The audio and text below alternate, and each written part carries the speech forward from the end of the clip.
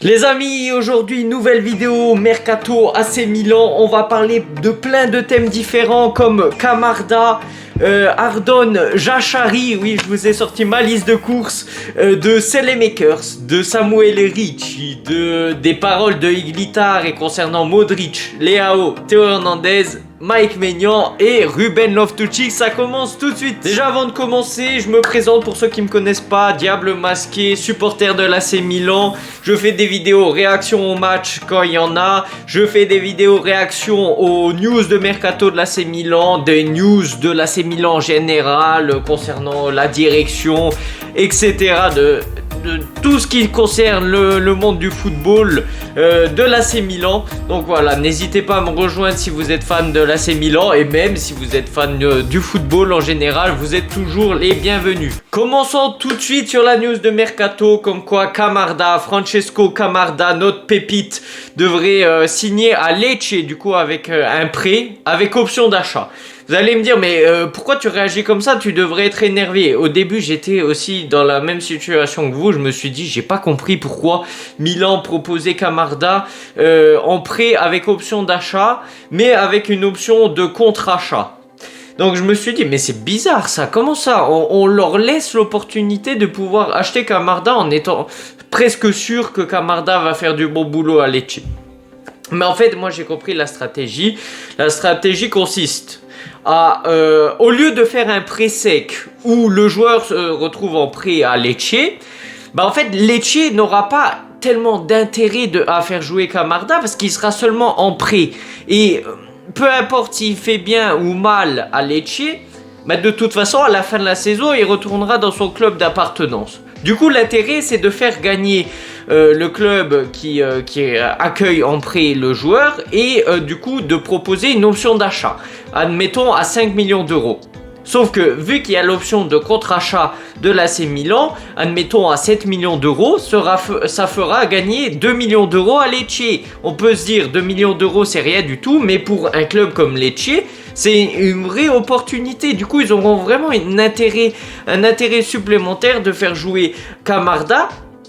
Parce que en fait il y aura de l'argent en jeu et forcément bah, ça augmentera les chances de voir Camarda jouer de plus en plus avec Lecce et je pense que ça sera l'endroit idéal pour jouer parce que premièrement je pense qu'ils vont chercher Di Francesco comme entraîneur qui peut être un très bon entraîneur. Et Lecce apparemment a une bonne direction, une bonne direction qui favorise la valorisation des jeunes joueurs. Donc pour moi c'est vraiment une bonne chose. Après c'est vrai que l'option d'achat peut faire peur, mais en fait croyez-moi que il y a un réel intérêt de préserver le joueur en fait et de lui garantir du temps de jeu, c'est tout. C'est comme ça que je le vois et on va passer à la prochaine news de Mercato. Selon Fabrizio Romano, Ardon, Jachari serait dans le viseur de l'AC Milan et ils sont en train de faire un pressing fou pour aller chercher. Moi au début je n'avais pas considéré cette option parce que je me suis dit le prix est trop cher, l'AC Milan ne voudra jamais investir 35 millions d'euros pour aller chercher un milieu de terrain qui joue actuellement au club de Bruges. Donc je parle de Ardon Jachari qui a actuellement 22 ans, c'est un milieu défensif qui joue pour l'international suisse. Donc Milan aurait fait une offre de 27 millions d'euros plus 5 de bonus selon Fabrizio Romano et le club estime l'offre encore trop basse parce qu'il voudrait minimum 35 millions d'euros.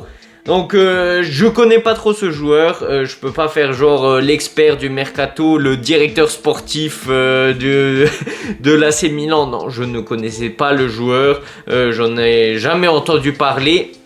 Après sincèrement moi ce qui me fait peur c'est qu'il vient de Bruges et comme vous le savez sûrement on n'a pas eu une bonne expérience lors de notre dernier achat en provenance de Bruges. Je vous rappelle Charles De Ketelaere qu'on avait aussi acheté aux alentours des 30 millions d'euros et ça s'était très mal passé. Ça peut être un très bon joueur, en plus très prometteur, 22 ans, en plus s'il est aussi évalué en termes de valeur marchande, je pense que ça peut être un très bon talent. Après, le problème, c'est que est-ce qu'il arrivera à s'adapter au championnat italien comme ça avait bloqué donc avec Charles De Ketelaere, à voir, mais ça peut être un joueur intéressant pour mettre devant la défense parce que normalement Milan devrait jouer en 4-3-3, donc avec un joueur devant la défense. Ça pourrait être intéressant de mixer expérience et jeunesse, un milieu de terrain avec Granit Xhaka, Luka Modric et pourquoi pas Ardon Jashari, tu rajoutes Youssouf Fofana. Et ça peut franchement être un bon élément au milieu de terrain. Maintenant, je vais vous parler de Saelemaekers. Apparemment, Milan voudrait vraiment compter sur lui pour la saison prochaine, étant donné que c'est un joueur qui peut jouer à droite, à gauche. Il peut jouer défenseur droit, il peut jouer ailier droit, ailier gauche. C'est vraiment un couteau suisse, on peut dire ça comme ça. C'est un joueur polyvalent qui peut jouer à divers endroits. Je vous avoue qu'au début, quand il était parti en prêt à Bologne avec option d'achat, j'étais content de son départ parce que au début, quand il jouait à l'AC Milan, il me convenait pas énormément. Après, à Bologne, il a fait une très bonne saison. Il est revenu à l'AC Milan.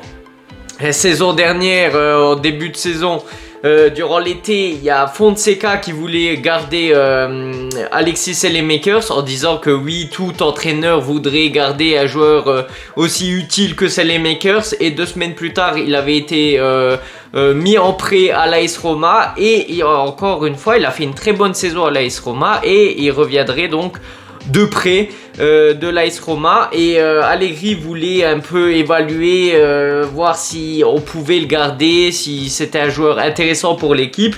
Et apparemment, selon les dernières news, Milan voudrait absolument garder Saelemaekers pour son utilité et sa fiabilité. En plus, c'est un joueur qui voudrait, avec plein de bienveillance, voudrait rester à l'AC Milan parce qu'il s'est plu à l'AC Milan. C'est un club qu'il a toujours respecté. Donc, moi, je suis content de son retour.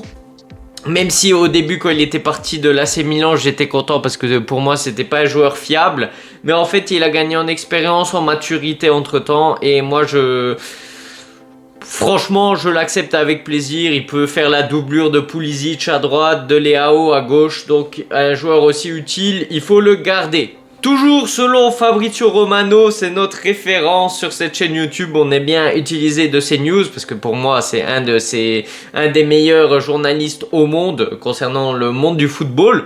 Donc Samuel Ricci serait toujours dans le viseur de l'AC Milan. Je ne sais pas si ça serait l'alternative à Ardon Jashari au cas où on n'arriverait pas à le prendre parce que en soi je trouve que Ricci c'est aussi un joueur qu'on met devant la défense, à moins que je le connaisse pas assez. Du coup j'ai peur de dire des conneries, mais selon moi ça serait soit Ardon Jashari soit Samuel Ricci. Si je devais faire un choix entre ces deux joueurs, vu qu'à peu près le prix serait le même, j'irais chercher quand même Samuel Ricci parce que déjà il est italien, il connaît la Serie A et c'est toujours dans la continuité de donner une identité italienne au milieu de terrain de l'AC Milan. La dernière référence qu'on avait au milieu de terrain de l'AC Milan, c'était Sandro Tonali, voilà, italien, milaniste. Il avait toutes les qualités pour être notre titulaire de l'AC Milan, mais au final, on l'a vendu pour l'argent. Donc ça m'a fait très mal, mais aller chercher un Samuel Ricci, ça pourrait être pas mal. Donc à voir dans les prochaines semaines si la rumeur se concrétise. Hier soir, Iglitar et notre nouveau directeur sportif a parlé auprès de journalistes et a parlé de différents thèmes. On va parler d'abord des paroles qu'il a dit envers Modric. Donc apparemment, Modric à l'AC Milan, ça devrait être fait. Apparemment, Modric aurait demandé la sécurité d'une équipe qui serait compétitive pour gagner le championnat italien. Donc, si Modric a accepté ce projet, ça peut être une source de fiabilité et de sécurité pour nous, parce que je pense que Modric, qui a tout gagné avec le Real Madrid, il accepterait pas de signer dans un club aussi peu ambitieux que pourrait l'être l'AC Milan, et peut-être que ils se sont rendus compte de l'erreur et maintenant ils veulent être compétitifs histoire de gagner le Scudetto, et ça serait vraiment un bon début d'aller chercher un Luka Modric, mais comme je l'ai déjà dit, ça serait la cerise sur le gâteau, sauf qu'il nous manque le gâteau pour le moment et on a beaucoup de boulot, on a beaucoup de joueurs à aller chercher, minimum 6, du coup un défenseur gauche, un défenseur droit, 2 au milieu de terrain, ça fait 4, ils veulent aller chercher une doublure de Santiago Jiménez, mais je vais en revenir bientôt, d'ailleurs ça j'avais oublié d'en parler, du coup je le note. Donc il y aura beaucoup de boulot à faire, un défenseur central en cas de départ par exemple de Malick Thiaw, du coup il y a du boulot. Faut pas trop traîner, surtout que la rentrée, on va dire ça, d'Allegri et des joueurs de l'AC Milan sera le 7 juillet. Donc le mieux, ça serait que voilà, du 1er au 7 juillet, il y a au moins 2 premiers arrivants. Je sais pas, Luka Modric et Granit Xhaka, pourquoi pas, histoire de se préparer au plus tôt pour la saison prochaine. Donc il a assuré du coup l'arrivée de Modric avec un projet solide, on l'espère. Il a parlé comme quoi Leao sera un pilier du projet de l'AC Milan et qu'en gros il continuera avec nous, et que les rumeurs de son transfert au Bayern étaient des fake news, parce qu'il n'avait pas entendu parler d'intéressement du Bayern Munich. Concernant Mike Maignan, il a parlé d'un Mike Maignan qui resterait à l'AC Milan et qui ne serait pas sur le départ, même s'il y avait eu presque un accord avec le club de Chelsea. Mais voilà, ils n'ont pas réussi à trouver l'accord finalement, et pour le moment, Maignan devrait rester avec nous la saison prochaine en espérant qu'ils arrivent à renouveler son contrat. Concernant Théo Hernandez, il a confirmé que Théo voudrait quitter l'AC Milan et voudrait chercher une autre équipe pour de nouvelles aventures. Après, bien évidemment, il n'a pas dit que c'était la faute aussi de la direction. Il a dit que c'était Théo Hernandez qui voulait chercher d'autres opportunités, d'autres aventures dans le monde du football.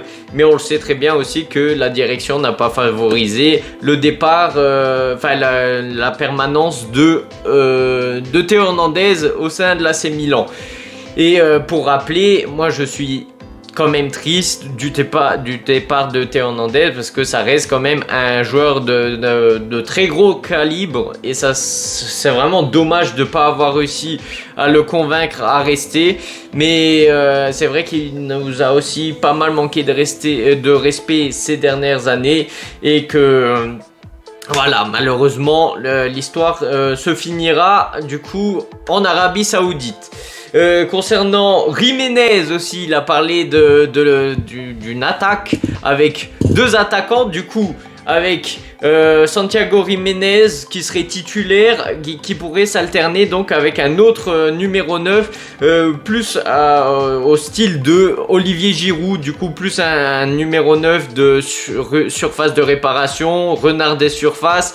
Donc ça serait intéressant, parce que moi je pensais que Santiago Jiménez titulaire pouvait suffire, mais apparemment il serait à la recherche d'un deuxième titulaire pour faire alterner, pour mettre en compétition Jiménez. Donc je sais pas qui ça pourrait être, je n'ai aucune idée, mais en tout cas c'est intéressant. Les paroles de Iglitare sont intéressantes. Et aussi, surprise, Iglitare a fait les éloges complètement de Ruben Loftus-Cheek, en disant que ça serait un point de référence pour notre projet, et que c'est un milieu de terrain complet, un des plus complets en Europe.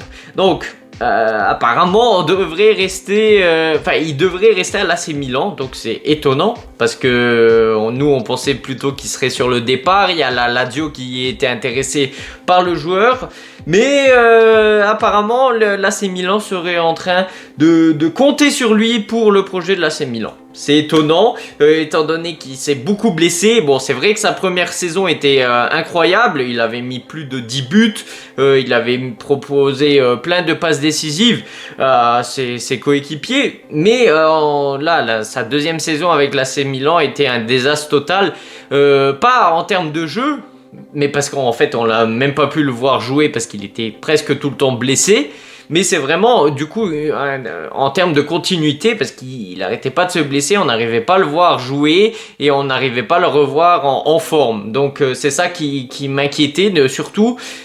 Mais bon, s'ils vont lui faire confiance, je ferai confiance à Ruben Loftus-Cheek. Mais on se retrouverait du coup avec beaucoup de milieux de terrain. Si on prend Modric, si on prend Xhaka, si on prend un autre milieu de terrain comme Jachari, si on garde Youssouf Fofana, on est déjà à 4. Ouais, bon, en vrai, ça peut se tenir parce que si on fait un milieu de terrain à 3, vaut mieux avoir plus de joueurs que pas assez. Mais je pense que Moussa serait sur le départ du coup. Voilà, dites-moi ce que vous en pensez dans les commentaires de toutes ces rumeurs de transfert et des paroles de Ilitar. Et on se retrouve pour une prochaine vidéo Mercato. Sur ce, à la prochaine, ciao ciao. Today's gonna be a good day. Wake up. Today's gonna be a good day. Wake up. Today's gonna be a good day. Wake up. Today's gonna be a good day. Wake up. Today's gonna be a good day.